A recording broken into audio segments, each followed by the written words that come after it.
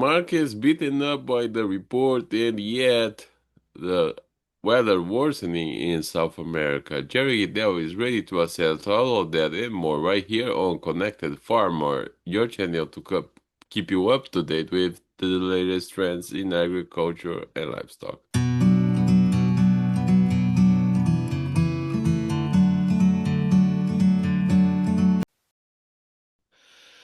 So, Jerry, we have had a report this week. We have commented a little bit about the report with Terry Riley, the independent analyst.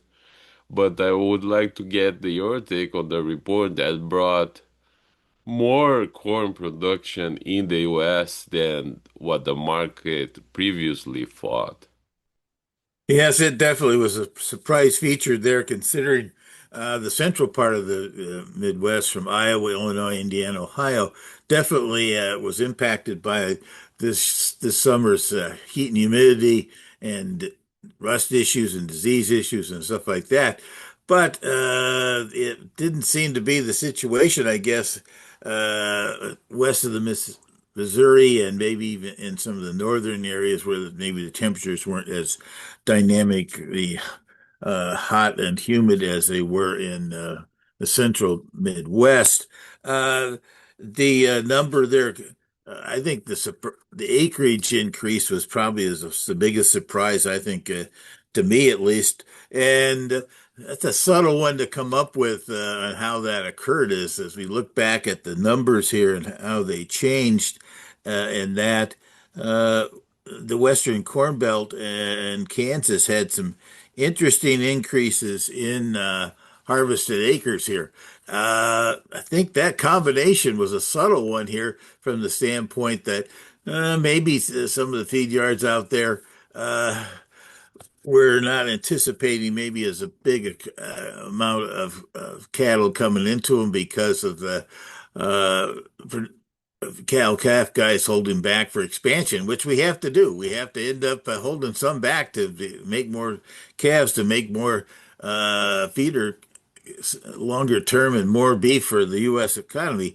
But at the same time, I think the one subtle factor is that this year's corn crop uh, west of the Mississippi had a really good early advance in that, and the volumes, I think, of silage that came out of these fields were higher than expected. So all of a sudden here, even in the last number of the year on harvested numbers, we normally don't see big changes there. We had 1.2 million increase in number, and most 800,000 of that really came out of the Western Corn Belt, uh, uh, and that on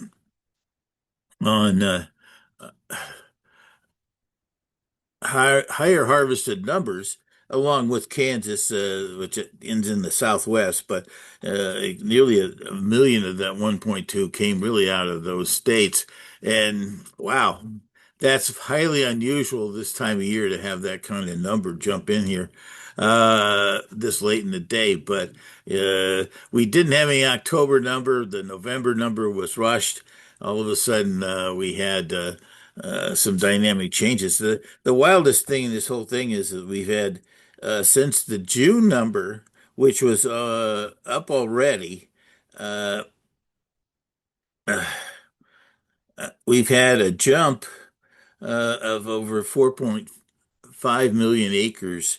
The next three reports, that's August, September, and January. That's just unheard of to have that much adjustment in our harvested corn acres after we had the projection back in the spring. So, but the other interesting feature on this thing, of course, to make this big jump of over on corn above above 17 billion, is the fact that yes, we had some pretty dynamic adjustments here in U.S. corn yield. Uh, our boots on the ground and reports from what we were getting here in the central Midwest, we had a 6 bushel decline in uh, Iowa, a 7 bushel decline in Illinois, 8 bushel decline in Ohio. From there, but the other Well, we haven't had a 1 or 2 bushel even in Kansas, but the 140 bushel yield is the strongest one they've had in 10 years, which is hard to really wrap your head around there. From that standpoint, uh, but we've had, well, like, Minnesota was an interesting one. We went up 8 bushels on that one, 7 bushels on Missouri, 3 bushels in Nebraska, and North Dakota uh, ended up jumping over 12 bushels. And those are kind of numbers that it's pretty, those are not states that have really super extensive USDA report numbers until the end, and that there isn't, you know, the interesting twist on it is this year we just didn't have the uh, USDA's numbers. They even took numbers in early October because they knew there weren't going to be an October report and that. And so I think this combination of events really turned things in. Beans, similar situation here on that one. We had them Iowa and Minnesota. Iowa and Illinois down sharply, 1.5 in Iowa, 2.5 in Illinois, and that. But the other Western states ended up going up 1 to 2 bushels on stuff. So ultimately, we ended up unchanged on beans. I wasn't looking for a big number, but when you look in things like that, uh, that's what happens there on that. The numbers here on acreages were modestly changed on that, by the way. Not much change there. On the January numbers, 124 million was the total for the U.S. From there. So, interesting world out there in the USDA numbers, but it definitely was a shocker. But the one thing that's kind of subtle here is that we haven't, after that first collapse on Monday and early Tuesday, we haven't really pushed a lot more into it because the producers have just stopped selling. So what would be the ideal price where you would start selling? Well, I think we got to look back towards the top here on things that we just recently had on things at this point. That 440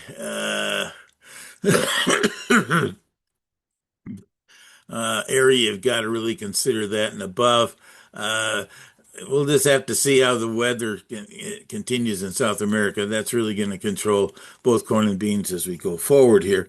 But the interesting twist on this thing is that the world has decided since this report was issued on Monday, and we had a little bit of that once on Friday, there were some people buying.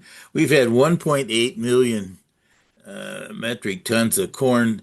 Most of that's unknown. I don't know that you would want to say that's China, but there's some of that in there, and the beans definitely a feature in there.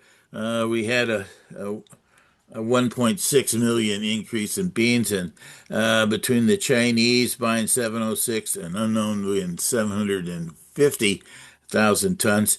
Uh, I think they're really getting up to the concept that they're up close to that 10 million metric tons, which has been surprising to me in retrospect here, from the point of view that the Chinese, despite the fact that they've had stuff in storage and their internal crop was pretty solid, they bought a lot from Japan with South America already. They willing to, I guess, more than anything else, probably to get President Trump off their back. Now, once they get to this 12 million, I don't know that the prospects of them shipping all 12 million between now and the 1st of March is pretty limited at that point. But just the purchases of it does suggest that they might be a tough buyer the rest of the year, but we'll have to see how that all transpires. That all depends on how the Brazilian crop, South America in general, and how the U.S. spring crop goes at this point. But Yeah, yeah, and all that gotta talk about reaching the 12 million metric tons, I think um, there is not a lot of people watching that in the market right now. No, they're not. But I think the one thing that because of the idea initially and how what a difference we had between uh, China's general, excuse me, Z and our president, everybody was so skeptical, myself included, that they would even buy half of that 12 million, and they've definitely bought more than that. But the biggest problem on this whole thing is that overall we need more purchases. The USDA reduced its demand by another 60 million bushels on this month's number because of the slow purchase we've had so far. I had never anticipated that this year's bean exports would be under 1.6 billion bushels after last year's 1.85. And that's a huge chunk out of that thing, and that's part of the reason why the carryover stock on beans is still over 300 million, despite the fact we had such a small crop planted. Yeah, so looking forward to next week, how do you think the markets are going to react? Well, we're going to continue to watch South America and particularly Argentina. I know that some of the projections down there are still for some 60 million or more projections on corn. Argentina is still, the attitude was that they were going to switch towards corn because we had all this big Chinese demand for corn this last year. I don't know that the weather's going to cooperate with that because part of this corn crop, by the way, in Argentina, of course, they have a certain percentage that happens after their wheat crop, but that's mostly soybeans that they plant at that point, and I think we've done that. And then there's a kind of a third crop of there's corn planted early. There's some a little bit here during the late December, January, another big chunk out in March and April. And so I'll see that could be a factor out there, particularly if this weather situation in Argentina, and it's really impacting La Pampas, maybe half or more of Buenos Aires, and maybe a few areas in very southern Santa Fe and Cordoba that haven't had a lot of rain in the last month or 6 weeks. And if that continues, that could be a factor out there too. But right now, at least, the market's not really focused on weather in South America. They're just anticipating expanded uh, production down there. And so that's going to be a factor to look at. Uh, and that on the bean side of things, that's an interesting. Brazil's weather has been, I don't call it ideal yet, but it's very, very good in that. Sassafras Mercado, which is one of the more conservative, and I think probably something that needs to be watched. Uh, Last year's crop ultimately is about 172 million, and that they're projecting a 179. That's about a half. That's going to be up about 500,000 from last time around this month, and that. But 179 is a pretty hefty number. That's there's others out there at 180, 182, this kind of stuff. So Brazil's numbers are going to still be uh, watched closely along with Argentina. Uh, One internal number that's been kind of positive in here has been the U.S. soybean crush. We had a report earlier this week that the December U.S. soybean crush was up 18 million from where it was a year ago at 224, nearly 225 million metric, excuse me, 225 million bushels, blew by the previous record by, uh, well, from last year, down to 19 million, but even from the standpoint of what we've had this year, very impressive. That's really part of this whole new renewable diesel commitments in the midst of all this that has been set in vogue here, and that. So uh, it'll be interesting with the declining U.S. and world prices here for crude oil because of the fact that President Trump made his move to take Maduro out and Venezuela, and he's declaring himself the emperor of Venezuela. We'll see how all that works out. But at this point, he's definitely got control of the oil scenario. He's talking about how great that's going to be around the world. The biggest problem is that the Venezuela oil is not the best one in the world people want to utilize in refining.